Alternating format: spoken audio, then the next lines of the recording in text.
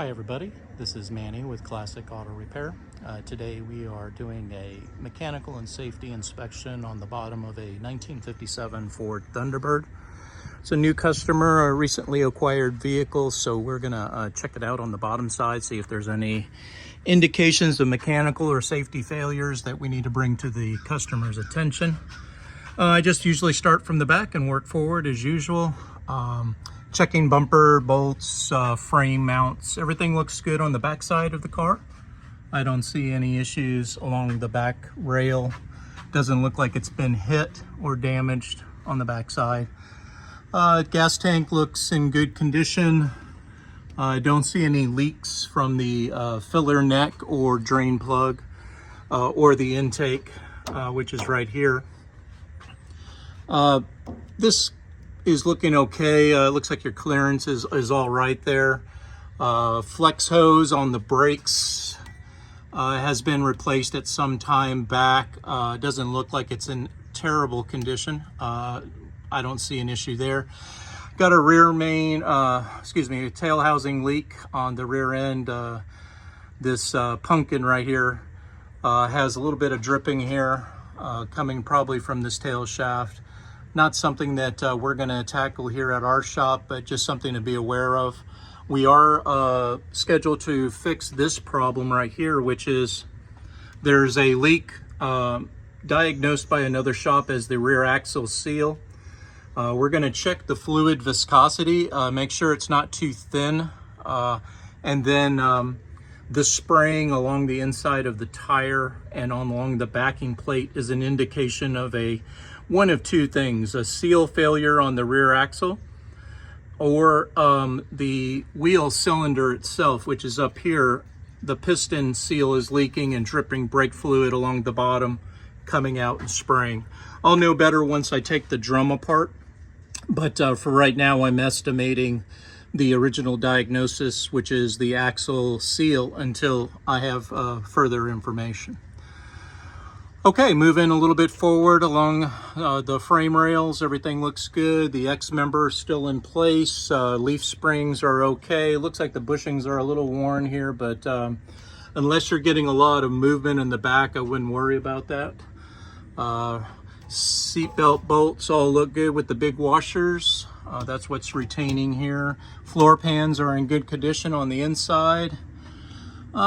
Universal joints, can't say when they were replaced. They look like they've been there a while. I don't feel any major play or fault in them. However, this one does look like it's been replaced, and they do have grease zerks right here, so you can lubricate these and keep grease inside of them. Moving further towards the front of the car, rocker panels. It looks like somebody's put a little something on them. I can't really tell you if there's something like tar on it, so it could be a little rust there. I can't really say. A lot of times people treat these and it's hard to tell what's going on underneath. Could have a bunch of undercoat there before they painted it.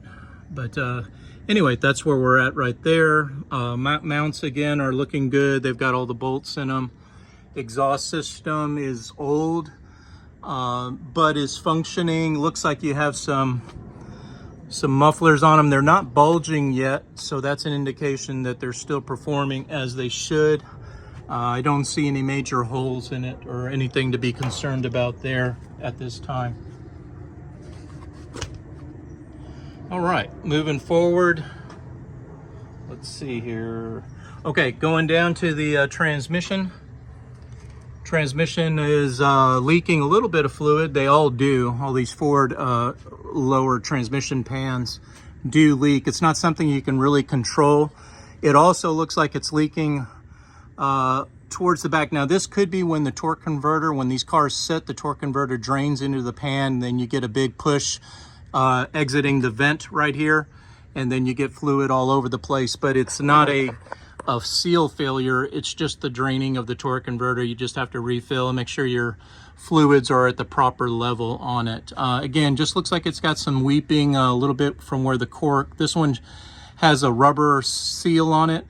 We tend to use cork because they tend to hold better and absorb a little bit of that fluid, but you can see the drips that are coming from the pan.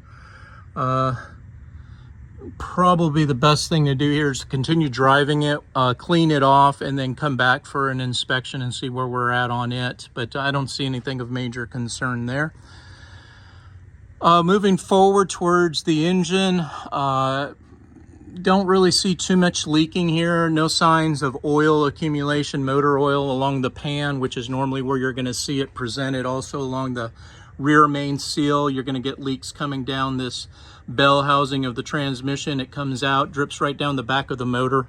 That's the crankshaft seal, or what's called the rear main seal. They're notorious for leaking on these cars, but it's an expensive fix because you got to pull the motor or the transmission, and on these cars you got to pull the motor to get them out of there.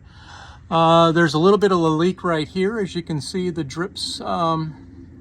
Small one right there, that could be coming from the top side. Can't really say at this time, but maybe a valve cover gasket failure. Just trying to follow it along the edge, but not excessive. It's just dripping down and then coming out the bottom here.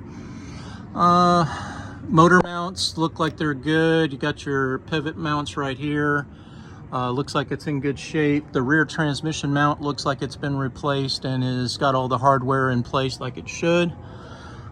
This one's looking a little old. Probably could use some new rubbers at some point when you want to tackle that. But not a major thing because they are in place and they're doing the job that they should. This is your drag link for the steering. This is where you lubricate them for oil changes. A lot of shops don't do this because new cars do not have serviceable tie rod ends or suspension parts, but old cars do. So you want to make sure you take it to a shop that lubricates the chassis when they do an oil change, so that all the ball joints, uppers and lowers, tie rod ends, drag link parts, everything is lubricated so that you don't have a failure prematurely. There's a Zerk that hasn't been touched in a long time. It's got a lot of old grease on it. These are your sway bar links. This will cause rattles, and these have been on there a long time. Recommend putting a set of end links on the sway bar, and this will stop, again, rattles as you're driving down the road. This is that wear on that tire I was talking about. It is, you can see the banding coming out from the underside of the tread. You can't drive this very much longer or you're going to have a blowout on the front of this right passenger side tire. The driver's side's not looking much better.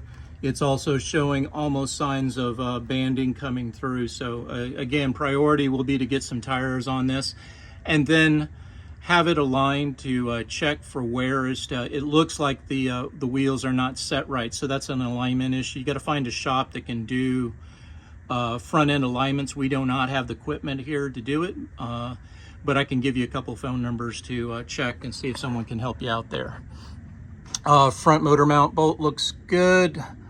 Not sure on this washer. I think this is wrong here. I'll have to check on my parts, but I believe it's supposed to be a bigger cup washer or a bigger bushing. There's two parts to this, and it's missing the lower bushing, which should be a lot bigger. You can kind of see where it used to be.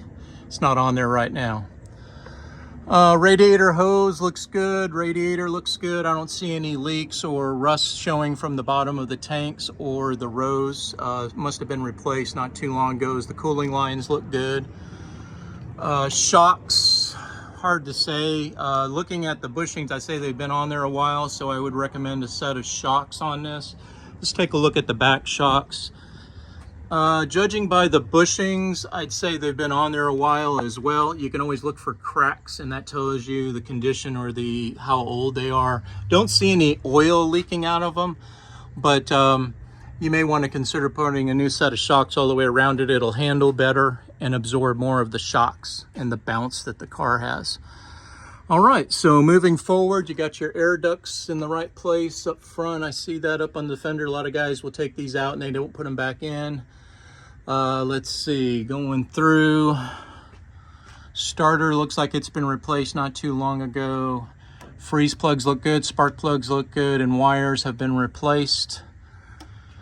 Looks like it's had an oil change recently. Fuel pump has been replaced, however, may be leaking a little bit here. I see some residue right here, so this seal might be leaking on it. You got a little bit of a drip on the bottom here as well. Let's take a peek. That's either oil or fuel. And the smell test tells me that's not fuel, that's oil. So that's coming from the seal that, or from something on top, but normally it's the seal that goes to the block from the fuel pump. Wouldn't worry about it unless it's an excessive leak. I just don't see it dripping a lot on the floor in the shop. It didn't have a whole lot of leaks on it other than the transmission. And they tend to make a big spot when it's just a very small leak. It's the viscosity of the transmission fluid. It's very thin, so it spreads out a lot when it hits the garage floor. All right, moving forward, let's see, up towards the front of the car, we're going to check to see the condition of the frame and the front. These front rails on the frame look good. The bumpers all look intact. The metal is in good shape. All the extenders are here. Don't see any problems there. You got some wiring here. This is an exposed wire that needs to be repaired. This one has tape on it, but again, not the professional way we do it. We put the correct connectors, and then we insulate this with heat shrink so water does not get inside of the connection.